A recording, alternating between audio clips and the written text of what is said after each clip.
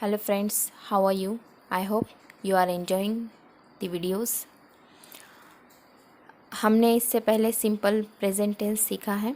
अभी हम simple past tense सीख चुके हैं और उसका चेंज द वॉइस हम इस वीडियो में देखने वाले हैं। जो सिंपल प्रेजेंट टेंस का चेंज द वॉइस का रूल था वही यहाँ पर रहेगा। सारे रूल्स एज इट इज़ रहेंगे। सिर्फ फोकस करना है टू बी की तरफ कि टू बी का हमको पास्ट का हेल्पिंग वर्ब लेना है।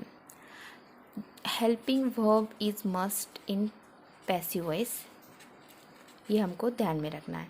सिर्फ कौन से टेंस में है और कौन सा हेल्पिंग वर्ब लेना है ये हमें मालूम होना चाहिए। जहाँ तक सिंपल प्रेजेंट टेंस और सिंपल पास्ट टेंस की बात है दोस्तों, तो मैं बताती चलूँ कि इसमें ही आपको टू बी के हेल्पिंग वर्ब्स लेना है बाहर से। अदरवाइज़ बाकी सारे टेंस में ऑलरेडी हेल्पिंग वर्ब आपके स्ट्रक्चर में ही होता है। यहाँ से आगे हम जब सिंपल फ्यूचर टेंस में जाएंगे तो आपको वो बातें क्लियर होती चलेंगी। सिर्फ यही दो टेंस है जहाँ पे हमको हेल्पिंग वर्ब डिसाइड करना पड़ता है और वो है टू बी का। बाकी अदर टेंस में सेंटेंस के अंदर हेल्पिंग वर्ब है, तो ये भी टेंशन रहने वाली नहीं है बचे हुए 10 टेंस में। तो देखो बहुत आसान होते चला है। एग्जाम्पल लेते हैं, सैम हेल्प्ड पुअर ऑलवेज। इसे हेल्प्ड नहीं कहेंगे। जैसे बहुत लोगों को देखो ईडी लगा हुआ दिखा कि उसे अड़ अड़ बोलने की आदत होती है, ऐसे नहीं। उसे टी साइलेंट अपन हल्का सा टी का हम प्रोनाउंसिएशन करेंगे, helped. Sam helped poor always. Subject verb object और कॉम्प्लीमेंट को हम पहचान लेते हैं उनके रोल के हिसाब से। जो ऑब्जेक्ट होता है हमारा, हम उसे सब्जेक्ट की जगह पर लेकर आएंगे, यानी कि सेंटेंस के स्टार्ट में लेकर आएंगे पुअर। अब ये पुअर जो वर्ड है, जो नाउन है, जो हमारा अभी नया सब्जेक्ट है पैसिव वॉइस के सेंटेंस के लिए, उसका हम नंबर देख लेंगे। उसका नंबर सिंगुलर है, सिंगुलर। और जो हमारा मेन वर्ब है उसका हम टेंस टाइम देखेंगे, वो पास्ट टाइम में है, उसका टेंस पास्ट है। तो इसके लिए हम टू बी का सिंगुलर पास्ट का हेल्पिंग वर्ब लेंगे वॉज, जो कि हमने वॉज यहाँ पे ले लिया है, पुअर वॉज। अभी जो हमारा रूल है मेन वर्ब का, हमको थर्ड फॉर्म ही चाहिए, चाहे मेन वर्ब फर्स्ट फॉर्म में हो एक्टिव में, या सेकंड फॉर्म में हो, या थर्ड फॉर्म में हो। पैसिव वॉइस में जाने के लिए हमें उसका थर्ड फॉर्म ज़रूरी होता है, तो हमने वो ले लिया। Poor was helped. जो कॉम्प्लीमेंट है हम वो लेते हैं V3 के बाद, पास्ट पार्टिसिपल के बाद ऑलवेज। बाय का इस्तेमाल किया जाता है, यूज़ किया जाता है, और जो हमारा सब्जेक्ट होता है उसको हम ऑब्जेक्ट की जगह पर लिख देते हैं बाय के सहारे से। ये होता है पैसिव वॉइस। सैम ने हमेशा गरीब की मदद की। गरीब की हमेशा सैम के द्वारा मदद की गई। मीनिंग चेंज नहीं हुआ, यहाँ पर हमारा जो टेंस है वो भी चेंज नहीं हुआ, सिर्फ स्ट्रक्चर सेंटेंस का चेंज हुआ है। सेकंड सेंटेंस देखते हैं, Siya cooked vegetables in the pot. Siya ने सब्जियां पॉट में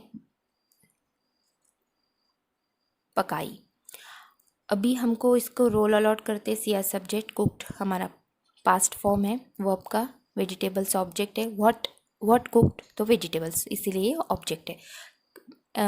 कहाँ पर कुक किया, वेयर कुक, तो वो इन द पॉट, ये आंसर इसलिए कॉम्प्लीमेंट है। हम वेजिटेबल्स सब्जेक्ट की जगह पर यानी सेंटेंस के स्टार्ट में लिख लेंगे वेजिटेबल्स। वेजिटेबल्स का नंबर देखते हैं और मेन वर्ब का टेंस देखते हैं। तो पास्ट में प्लूरल में टू बी का हेल्पिंग वर्ब है वो, तो वेजिटेबल्स वर। फिर मेन वर्ब का थर्ड फॉर्म लेते हैं जो कि सेम है, कुक्ड। यहाँ पर भी सेम था, ये रेगुलर वर्ब है इसलिए इनका V2 V3 सेम होगा। वेजिटेबल्स वर कुक्ड, और जो कॉम्प्लीमेंट है वो लेंगे बाय के सहारे से। सब्जेक्ट को हम ऑब्जेक्ट की जगह पर लाएंगे, बाय सिया। सिया के द्वारा पॉट में सब्जियां पकाई गई। सैम के द्वारा हमेशा गरीब को मदद की गई।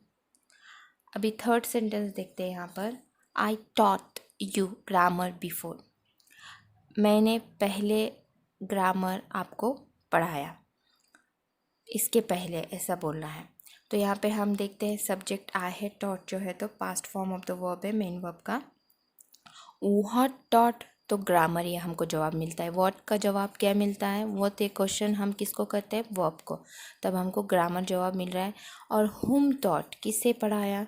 तो उसका जवाब मिलता है यू। इनडायरेक्ट ऑब्जेक्ट हो जाएगा। यहाँ पर हम देख सकते हैं 2 ऑब्जेक्ट है इस सेंटेंस में, और ये बिफोर व्हेन तो ये कॉम्प्लीमेंट है। तो अब हमको दोनों ऑब्जेक्ट को हमको सेंटर में लेना होता है सेंटेंस के स्टार्ट में, हम जानते हैं। चलो हम इस बार दोनों ऑब्जेक्ट को स्टार्ट में लेते हैं और पैसिवाइज करते हैं। सबसे पहले डायरेक्ट ऑब्जेक्ट के थ्रू जाएंगे, सॉरी इनडायरेक्ट ऑब्जेक्ट के थ्रू। यू, तो यू को हमने ले लिए। यू जो है तो सिंगुलर, मैंने यहाँ पर प्लूरल की तरह लिया है, तो मैं प्लूरल ट्रीट कर रही हूँ यू को, तो मैं लूँगी प्लूरल पास्ट टू बी का helping verb were, you were. और जो मेन वर्ब का थर्ड फॉर्म है वो लूँगी टॉट, यू वर टॉट। और जो बचा हुआ ऑब्जेक्ट होता है वो V3 के बाद, फिर उसके बाद कॉम्प्लीमेंट लिखते हैं। बाय का यूज़ करके हमारा सब्जेक्ट हम ऑब्जेक्ट में लाते हैं। यहाँ पे प्रोनाउन है सब्जेक्ट प्रोनाउन, उसको ऑब्जेक्ट प्रोनाउन में बनाएंगे, आई को मी में। ये हम इसके पहले सीख चुके हैं प्रोनाउंस में। मेरे इसके प्रोनाउंस के लिए वीडियोज़ है, आप देख सकते हैं वहाँ पर, अगर समझ में नहीं आया तो।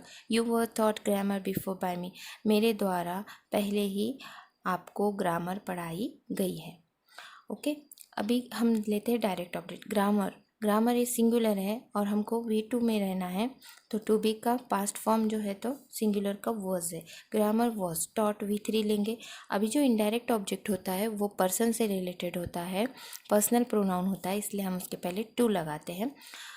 ये एक जनरल नियम, एक जनरल रूल बोल के आप याद रखो। Grammar was taught to you, और जो कॉम्प्लीमेंट है वो लेंगे, बाय का इस्तेमाल करेंगे, यूज़ करेंगे बाय का, और फिर हमारा जो सब्जेक्ट है उसको हम ऑब्जेक्ट में कन्वर्ट करेंगे बाय मी। तो मेरे द्वारा पहले ही आपको ग्रामर पढ़ाई गई, और आपको पढ़ाई गई ग्रामर पहले, मीनिंग में बिल्कुल भी चेंज नहीं आएगा। चाहे आप डायरेक्ट ऑब्जेक्ट इनडायरेक्ट ऑब्जेक्ट से सेंटेंस बना लो, उसके मीनिंग में चेंजेस नहीं आते। और जो एक्टिव वॉइस का होता है वो उसके मीनिंग में बदल नहीं होता है, सिर्फ बदलाव जहाँ पे आता है वो स्ट्रक्चर में आता है। अभी हम और एक सेंटेंस देख लेंगे। They climbed up the hill in night. अब ये क्लाइम्ड नहीं बोलेंगे, ये करेक्ट स्पेलिंग है क्लाइम्ड, जैसे बी है यहाँ, और ये बी जो है तो ये साइलेंट है फ्रेंड्स। हम क्लाइम्ब नहीं बोलेंगे, क्लाइम बोलेंगे, क्लाइम। जितने भी वर्ड्स MB जिनके स्पेलिंग में लास्ट में MB ये 2 वर्ड्स आते हैं, सॉरी 2 लेटर्स, उनके इसमें बी साइलेंट होता है। मैं इस पर एक वीडियो बना दूंगी, वो आपके लिए यूज़फुल होगा डेफिनेटली। ऐसे वर्ड्स मैं ले लूँगी। They climbed up the hill in night, या फिर इन द नाइट आप बोल सकते हो, इन द नाइट। तो देखिए यहाँ पर क्लाइम्ड जो है तो V2 है, क्लाइम्ड तो सब्जेक्ट V2। अब ये फ्रेजल वर्ब है, अप यानी ऊपर चढ़े, ये बताने के लिए हमने यहाँ पे लगाया है अप, ये preposition climb up the hill in the night. हम इसके बारे में, फ्रेजल वर्ब के बारे में भी हम देखने वाले हैं, आगे आगे मैं अपलोड करूँगी ये वीडियोस।